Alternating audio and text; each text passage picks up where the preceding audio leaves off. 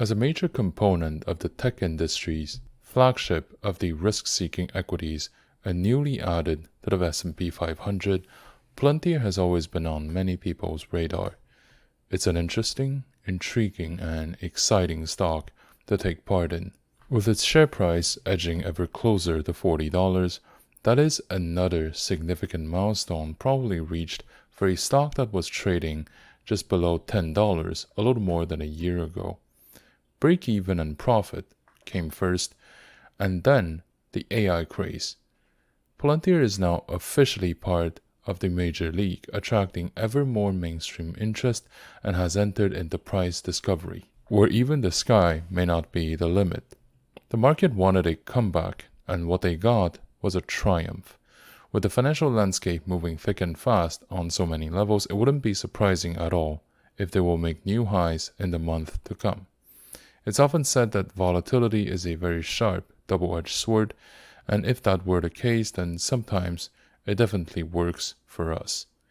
As one of the most symbolic companies in the brave new world, Palantir has been keeping the market's hope up to offer a safe haven for anyone looking to commit their assets in equities.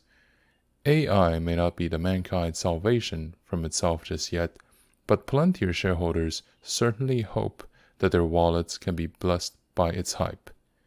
Hey everyone, I hope that you're having a great time and many profitable trades.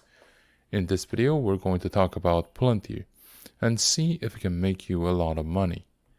Over the years, much more than yet another tech stock begging for our money in exchange for empty promises, it became a major player in the sector that may tell us a lot about how the market appetite for risk exposure looks like, and if the tidal wave is ready to raise all ships. The company has enough reputation and prestige to arouse the market's curiosity, as well as people's tendency to follow trends. It is a company that people would often view equally as the risk appetite of the market, alongside others like Tesla or Nvidia. Palantir's reactivity to the macroeconomic trends also makes it a very interesting company to analyze and to invest in. In this video, we're going to take a deep dive into Palantir and see if it deserves to have a place in your portfolio. Before the video continues, I just want to take a moment to thank each one of you for coming to my channel and hope that you're going to enjoy your stay here and to come back for more. If you like what you see, please consider to like, subscribe, and to check out my channel for more content about Palantir and other companies I cover. With that being said, I hope you're going to like today's video, and let's continue. So let's start with the short-term price action over the past few weeks up till now. So Palantir has been having a very good time, a very good run, going beyond its 2021 peak of $35. And that is very significant because it removes a major psychological hurdle for anyone who wants to buy Palantir, since they fear that the resistance may never be reached or surpassed. And there will be a great number of people selling because they assume others will also take profit. Now, that fear never became the reality, and the share price went above $35 and managed to stay there. For a few days, the short-term volatility has decreased significantly, probably to mark a pause, to take a breath, reassemble the balls to keep discovering where the price may land next, and depending on the market volatility, Palantir's own fundamentals, and the movement of capital around the world for either profit maximization or capital preservation purposes. And after some initial pullbacks due to profit taking, Palantir is now approaching or going beyond $40. From a media perspective, I would say that news articles are mostly positive and exploratory, which kind of reinforces this general sentiment that, from now on, so the later part of 2024 till later, between the elections, the mounting pressure to push the interest rates down and to pull the equity prices back up, and a possible stars alignment for tech and cryptos, I would say that the general sentiment is hopeful, but also sometimes apprehensive. Because the price action has such a sharp rise recently, there are also many doubts over what's going to happen in the short run price action due to the potential overbought price action. The current news cycle may not have the required steam to immediately push Palantir to new highs, but it's certainly capable of edging the stock to higher levels and to maintain the narrative going. The articles also talk about the momentum that the stock is enjoying in the market. In other words, a little bit of a like self-fulfilling prophecy or judging after the fact, but nothing is really surprising at that level. We have to remember that Palantir has been able to hold itself above the $30 level so far, and while looking for some consolidation and recovery eventually. A lot of people who were looking to find a decent entry point found it when the Japanese market took a big dump, and their wish has been granted by the fear of paper hands at around $25. And to date, it was the last opportunity to buy Palantir below $30 for anyone interested in its fundamentals. And the next target is probably going to be between $45 to $50 after a period of price discovery.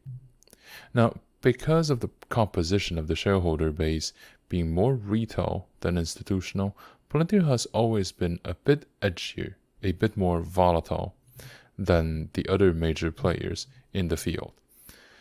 And it's made of a lot of momentum, anticipation, and self-fulfilling prophecy instead of level-headed analysis based on actual numbers, cold, hard facts.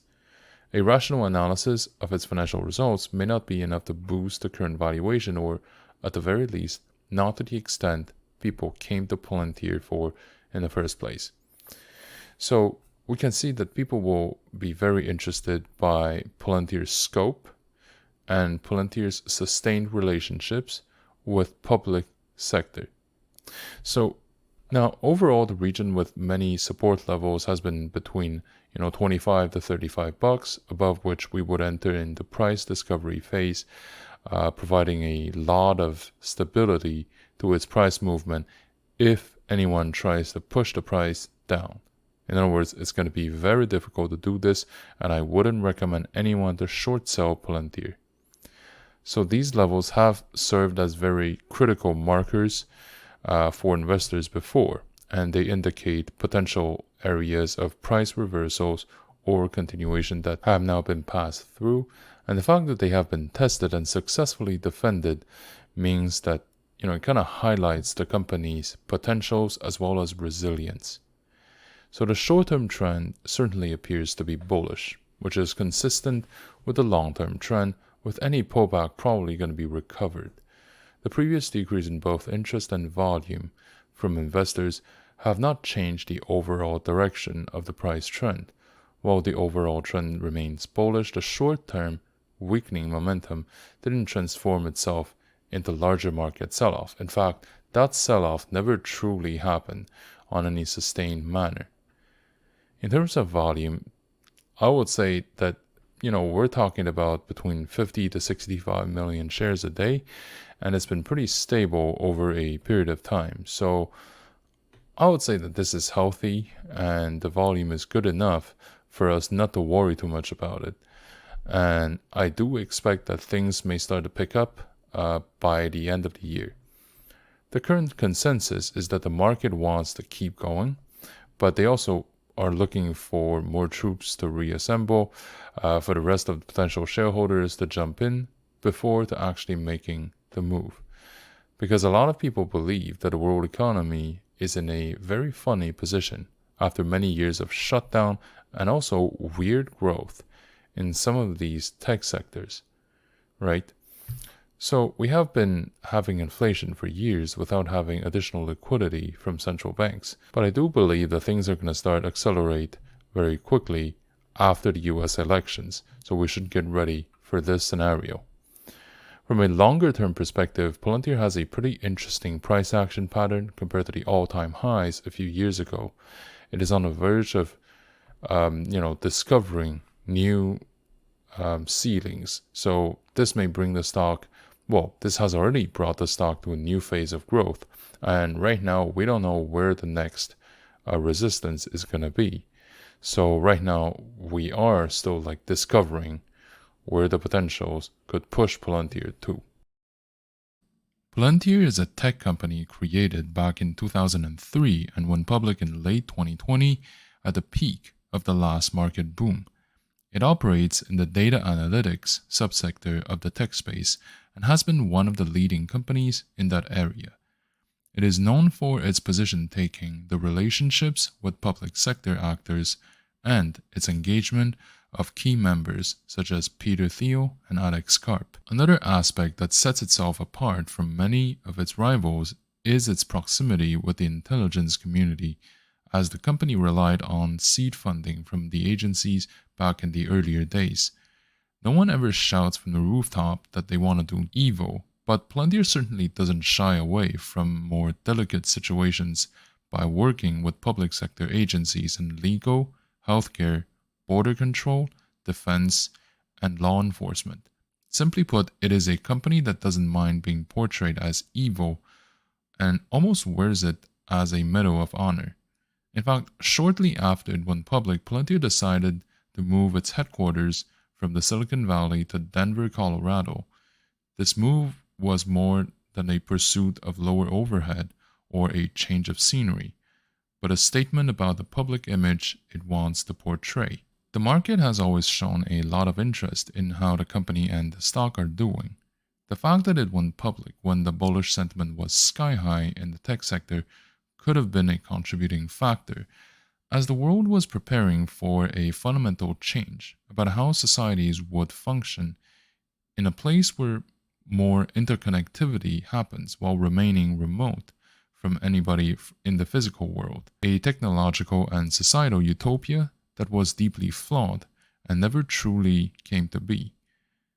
Palantir shares attracted the market's attention mostly because its narrative was the right fit in the right time, as the tail end of the quantitative easing era mentality combined with the pandemic era dream of interconnectivity and never-ending financial boom, while capital was looking for a safe haven from the uncertainty and the collapse of the real-world economy outside of our screens.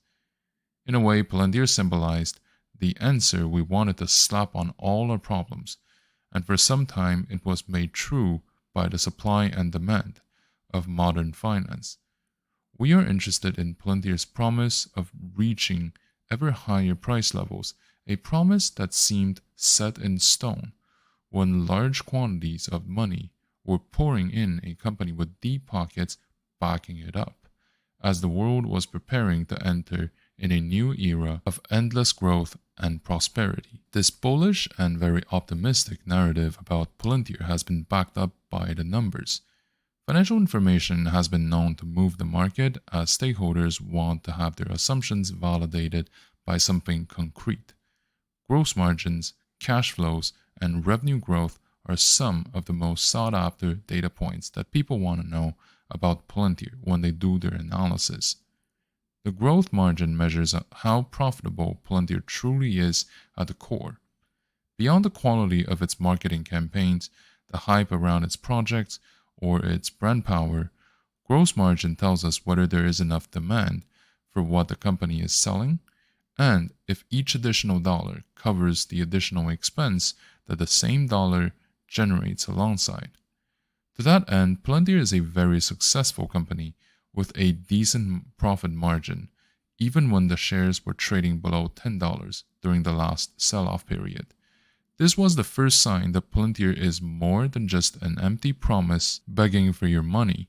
The business model is something that can be scaled up and marked up because it has true fundamental value and it is validated by the market and its clients. Once the core business model has been validated, cash flows tell us whether Palantir will need to go through cash injections to keep its operations going. And very often, a tech startup may ask shareholders to pitch in even after they bought the shares, because the funds collected from equity sale is not enough to cover the operating expenses. If that were the case, it would be a sign of weakness from the company because it would mean that the company's own operations are not profitable enough to stand on its own 2 feet. For Palantir, that problem is also non-existent, because its cash flows have been positive for quite some month, mostly because its operations are profitable and it doesn't need to dilute its shareholders to keep the lights on. However, these numbers are not enough to push Palantir higher. The most important factor is the growth rate of revenue, especially from public sector. Like many other tech companies listed on a Nasdaq, people buying Palantir want to buy the powerhouse to become, not the decently profitable company that is. This would also explain the high multiplier that Palantir is currently enjoying compared to many other blue chips companies in more mature sectors. This is a double-edged sword for those who want to dabble in the tech field in general, but for Palantir, the public sector aspect is an additional side to watch for. Since most of its growth does come from the public, any additional partnership with healthcare, defense, or law enforcement departments may trigger massive upsides for its shares. On the flip side of the coin, every time an existing partnership ends or a scandal makes it to the headlines, Palantir shares may see a dip that could take a few days to come back from. These 3 measures are what define Palantir and may explain its dynamics in the market in general. It is an interesting company that people are putting a lot of hope into because its financial results are good and do suggest that Palantir has the potential that people claim it does. Because Palantir is a highly specialized and unique company that is praised for its technical expertise and noticed for its position taking by its management and shareholders, it's always been the center of a lot of interest, talks, and speculations from the market stakeholders, as well as the media outlets. Along with Nvidia and Tesla, it's probably one of the most talked about companies in the world, despite the fact that it has a much lower market cap than many other blue chips companies. Hardly any day goes by without an article to be written by major media outlets about how Palantir is doing, or where they believe it's going to land. The coverage can be relevant in 2 ways for our analysis. The articles can give us a feeling or a sense of what is the current market consensus about what happened, and the mood that is the most likely to influence what's going to happen next. Their tone is often determined by the price action at that time and plays the role of current trends amplifiers rather than contrarians showcasing potential trend reversals. Even if it's not a crystal ball allowing you to see where the price is going to go next, it can always tell you what the current sentiment is, which may allow you to take a hint of what the next move may be. The second level of analysis is more basic, but also more useful.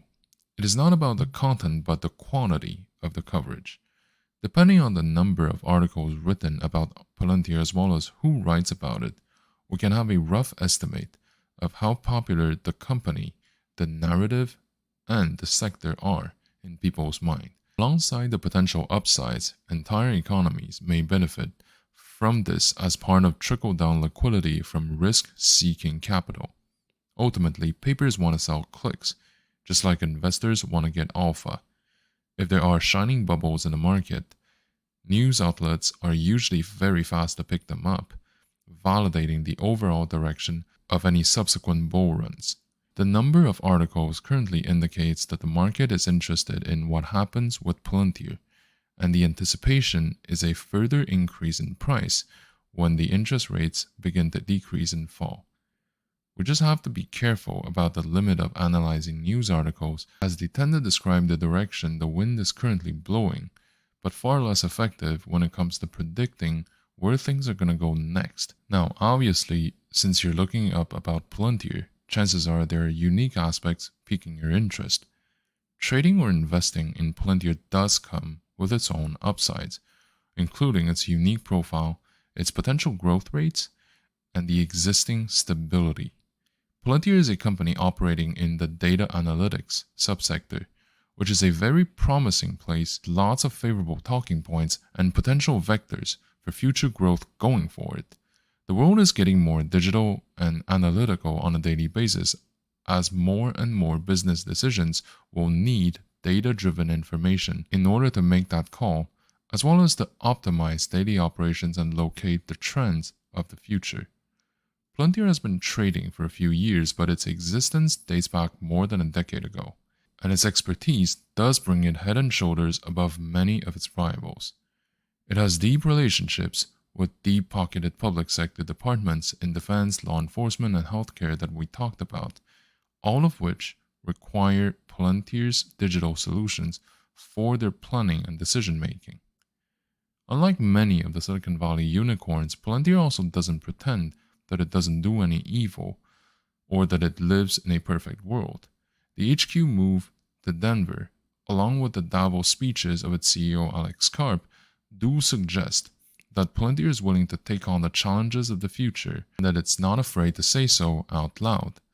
The relationships established by Alex Karp and Peter Thiel, two of the founding members of Palantir, have opened many doors in both public and private sectors, allowing Palantir to cruise on the trends. Recently, it also announced that it's going to participate in the trending AI field, which is one of the main reasons for the stock to go from $15 to $30.